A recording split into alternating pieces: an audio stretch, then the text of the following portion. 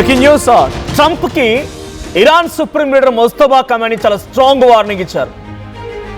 పక్క దేశాల్లో యుద్ధాలంటే నువ్వే వస్తావు, మా దేశంలో ఏం జరగాలో నువ్వే నిర్ణయిస్తావు, మేమేం చేయాలో ఎలా అడుగు వేయాలో ఏం తినాలో ప్రతి నువ్వే నిర్ణయిస్తావా, మా దగ్గర యురేనియం నిల్వలు ఉన్నాయి, పక్క దేశాన్ని తీసుకువెళ్తాం, విదేశాలకు తరలిస్తామంటే చూస్తూ ఊరుకోం, మీ అంతు తేలుస్తామని ముస్తఫా ఖమేనీ ట్రంప్కు వార్నింగ్ ఇస్తున్నారు.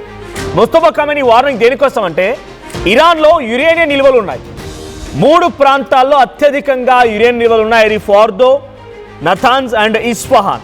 ఈ 3 చోట్ల యురేనియం నిల్వలు ఉన్నాయి. అక్కడ కొంత వాళ్ళు వాళ్ళకి సంబంధించి ఏర్పాటు జరుగుతుంది, అది అణుకు సంబంధించి కానీ న్యూక్లియర్ పవర్ కోసం కానివ్వండి, లేదంటే వాళ్ళకి సంబంధించి సైంటిస్టులు అక్కడ కొన్ని పరిశోధనలు చేస్తూ ఉన్నారు. అయితే దాన్ని పూర్తిగా మీరు నిలిపివేయాలి, ఒక చోటే ఉంచుకోవాలి. 2-3 చోట్ల ఉంచుతారంటే కుదరదు, ఒక చోటే ఉంచుకోవాలి, డిసైడ్ చేసుకుంటే అది కూడా ఇంటర్నేషనల్ అటామిక్ ఎనర్జీ అంటే ఈ న్యూక్లియర్ ఉన్నటువంటి దేశాలన్నింటి కూడా ఒక స్ట్రాంగ్ అథారిటీ ఉంటుంది. ఆ అథారిటీ దగ్గర, న్యూక్లియర్ అథారిటీ దగ్గర మీరు రిజిస్టర్ చేసుకోవాలి. ఆ సైంటిస్టులు వచ్చి మళ్ళీ ఎప్పటికప్పుడు ఇన్స్పెక్షన్ చేస్తారు. అలాగైతేనే కుదురుతుంది. లేదంటే మీ యురేనియం నిల్వలు మీరు ఉంచుకుంటే మళ్ళీ మీపై అటాక్ చేస్తా, మీ అంతు తేలుస్తా అని ట్రంప్ వార్నింగ్ ఇస్తుంటే, ట్రంప్కి కౌంటర్గా ముస్తఫా ఖమేనీ ఏమంటున్నారంటే యురేనియం నిల్వలని తరలించే ప్రసక్తే లేదు, నువ్వు యురేనియం నిల్వలు తరలిస్తానంటే డెఫినెట్గా నేను అంతు తేలుస్తాం, యురేనియం నిల్వల్ని విదేశాలకు తరలిస్తే డెఫినెట్గా మీరు ఇబ్బందుల్లో పడతారు. భవిష్యత్తులో ఇంకెప్పుడైనా ఈ కారణం చేత అమెరికా కానీ ఇజ్రాయెల్ కానీ మాపై దాడులు చేస్తే మిమ్మల్ని ఈసారి వదిలే ప్రసక్తే లేదు, పరిస్థితి మరింత దారుణంగా ఉందంటున్నారు ముస్తఫా ఖమేనీ. ఇక అందుకే యురేనియం తరలింపు డిమాండ్ను తిరస్కరిస్తున్నామని చెప్పి ముస్తఫా అంటున్నారు. అయితే శాంతి ఒప్పందం కోసం ఇరాన్కు 5 ప్రతిపాదనలు పంపిన అమెరికా ప్రధానంగా యురేనియం నిల్వల పైన తరలించడంపై అగ్రిమెంట్లో డెఫినెట్గా సంతకం చేయాలని, ఆ యురేనియం నిల్వల్ని తరలిస్తేందుకు అంగీకరిస్తామని చెప్పాలని, యురేనియం నిల్వల్ని తమకు అప్పగించాలని ట్రంప్ అంటూ ఉన్నారు. అయితే ఇస్ఫహాన్, నతాన్జా అండ్ ఫార్దో ఈ 3 ప్రాంతాల్లో యురేనియం రిజర్వ్స్ ఉన్నాయి.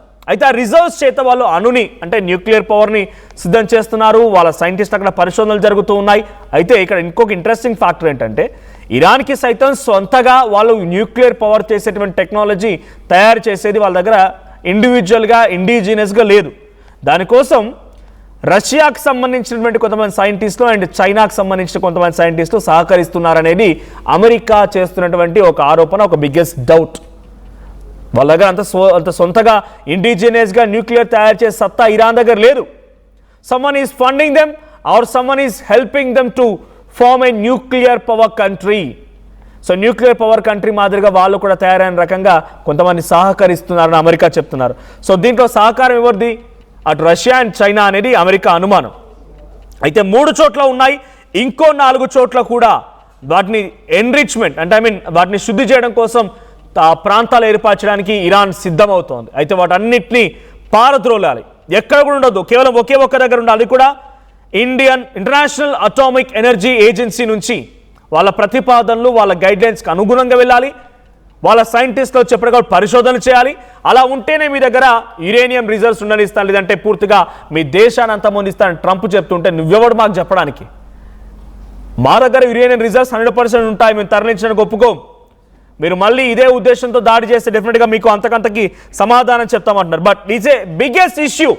అమెరికా మొదటగా ఇరాన్పై ఎందుకు దాడి చేసింది?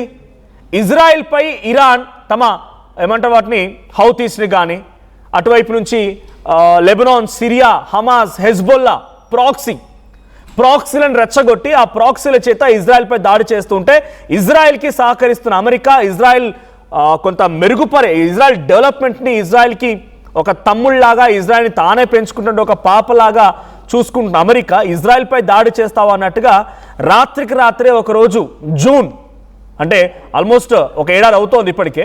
సో అప్పుడు అటాక్ చేసింది అమెరికా, ఇరాన్ పైన అమెరికా. నతాన్జా, ఇస్ఫహాన్, ఫార్దో ఈ 3 ప్రాంతాలపైనే B2 బాంబర్లతో అటాక్ చేసి పూర్తిగా యురేనియం మొత్తం కూడా కిల్ చేసినాం, వాళ్ళ దగ్గర న్యూక్లియర్ పవర్ లేదుగా, మాతో డీల్కి వచ్చిరు, యుద్ధాన్ని ఆపేసినాం. ఒక రాత్రి అటాక్ చేసి మరుసటి రోజు డీల్ ఓకే అయింది, ఇక యుద్ధం క్లోజ్ అని చెప్పారు డొనాల్డ్ ట్రంప్. ఆ తర్వాత మళ్ళీ మొదలైంది. మళ్ళీ రీసెంట్గా ఆల్మోస్ట్ ఇప్పటికి కూడా 3-4 months కావస్తోంది యుద్ధం మొదలై. మళ్ళీ ఫిబ్రవరి 28న మళ్ళీ యుద్ధం మొదలైంది. ఫిబ్రవరి 28న మొదటిసారి సుప్రీం లీడర్ అలీ ఖమేనీ అంతమొందించిన తర్వాత నుంచి మరింత తీవ్ర రూపం దాల్చింది ఈ యుద్ధం. ఎంతలా అంటే డైరెక్ట్గా ఇరాన్ మొత్తాన్ని నేలమట్టం చేస్తాం, ఇరాన్ మొత్తాన్ని అంతమొందిస్తాం అన్న రకంగా వెళ్ళింది. సరే, ఆ మధ్యలో కొన్ని రోజుల తర్వాత 45 days ఆర్ 2 months ఆర్ 3 monthsకి వచ్చేసరికల్లా, అంటే బిఫోర్ 60 days వచ్చేసరికల్లా కొంత యుద్ధానికి ముగింపు పలుకుతున్నట్టుగా డొనాల్డ్ ట్రంప్ వైపు నుంచి శాంతి మాటలు, శాంతి బోధనలు వినిపించాయి. ఇరాన్ నుంచి కూడా కొన్ని డిమాండ్స్ వచ్చాయి. ఆ డిమాండ్స్కి అంగీకరిస్తే మేము యుద్ధాన్ని ఆపేస్తామని ఇరాన్ కూడా చెప్పుకొచ్చింది. కానీ ఇజ్రాయెల్ మాత్రం ఆగలేదు, ప్రాక్సీ దేశాలపైన అటాక్ చేస్తూనే ఉంది. ప్రాక్సీ దేశాలు ఏంటి? అటు లెబనాన్ కానీ, సిరియా కానీ, తర్వాత హెజ్బుల్లా, హమాస్ సంబంధించినటువంటి ఈ వ్యవస్థలు కానీ, గాజా ప్రాంతంపై కానీ, లేదు అనుకుంటే ఇటు యమన్స్ పైన కానీ, హౌతీలపై కానీ అటాక్ చేస్తూనే వచ్చింది ఇజ్రాయెల్. అయితే కండిషన్ ఏం చెప్పింది ఇజ్రాయెల్? మీరు మీ దేశంపై అటాక్ చేయొద్దన్నారు, కానీ మాపై అటాక్ చేస్తే, మా శత్రువులపై అటాక్ చేస్తే మీకేమంతా ఇబ్బంది కలుగుతోంది. హమాస్, హెజ్బుల్లాలు ఇజ్రాయెల్ ఉన్నటువంటి కొంత ప్రాంతాన్ని ఇబ్బంది పెట్టాలనుకుంటున్నారు. ఇజ్రాయలీస్ని అక్కడ బందీలుగా ఉంచారు. సో కాబట్టి మా బందీలుగా, అంటే మా వ్యక్తులు ఎవరైతే బందీలుగా ఉన్నారో వాళ్ళని విడిపించుకుంటున్నాం, మాకు వ్యతిరేకంగా చేస్తున్నటువంటి కొన్ని ఉగ్రవాద శక్తులు మేము అంతమొందిస్తున్నాం, మీకేం నొప్పి? ఇది ఇజ్రాయెల్ నుంచి వచ్చిన క్వశ్చన్. ఆ తర్వాత నుంచి ఇరాన్ ఇంకా యుద్ధాన్ని ఆపలేదు. స్ట్రైట్ ఆఫ్ హార్ముజ్ని స్వాధీనపరచుకోవాలనుకుంటోంది, స్ట్రైట్ ఆఫ్ హార్ముజ్ని బ్లాక్ చేసింది, అటువైపుగా ఏ నౌక వెళ్ళినా వాటిని పేల్చేస్తోంది, సీ మైనర్స్ని రూపొందించింది. ఆ సీ మైనర్స్ ద్వారా చాలా షిప్స్ పేలిపోయాయి, ఇండియన్ షిప్స్ కూడా ఎఫెక్ట్ అయిన సందర్భాలు ఉన్నాయి. అమెరికా వార్ షిప్లపై అటాక్ చేసింది, అమెరికాకు సంబంధించిన నౌకల్ని పేల్చేసే ప్రయత్నం చేసింది. ఖతార్ పై అటాక్, కువైట్ పై అటాక్, దుబాయ్ పై అటాక్, యూఏఈలపై మొత్తం అటువంటి ఆ ప్రాన్స్ల పైన అటాక్, ఇరాక్ పై అటాక్, బహ్రాన్, బనామా, ఓమన్, ఈ ప్రాంతాలన్నింటినీ కూడా ఒక రకంగా ముచ్చెముట్టలు పట్టించింది ఇరాన్. సో ఇటు లక్ష్యం నెరవేరిందా మరి అమెరికాది? సరే, Mustafa Khamenei Ali Khamenei supreme లీడర్గా ఉండడం నచ్చలేదు, రెజ్యూమే చేంజ్ కావాలనుకుంది, రెజ్యూమే చేంజ్ అయిపోయింది, ఓకే. ఆ తర్వాత అక్కడ యురేనియం ఉండకూడదు, న్యూక్లియర్ పవర్గా ఇరాన్ మారకూడదు అనేది కూడా అమెరికా అధ్యక్షుల లక్ష్యం. సో మొదటి లక్ష్యం నెరవేరినా ఇంకా ఇరాన్ తమ చెప్పు చేతుల్లోకి రాలేదు. ఎందుకు? న్యూక్లియర్ పవర్గా ఇంకా తయారు చేయాలని ఆలోచన ఇరాన్ దగ్గర ఇంకా ఉంది కాబట్టి అమెరికా అధ్యక్షుడు ఏమనుకుంటున్నాడు?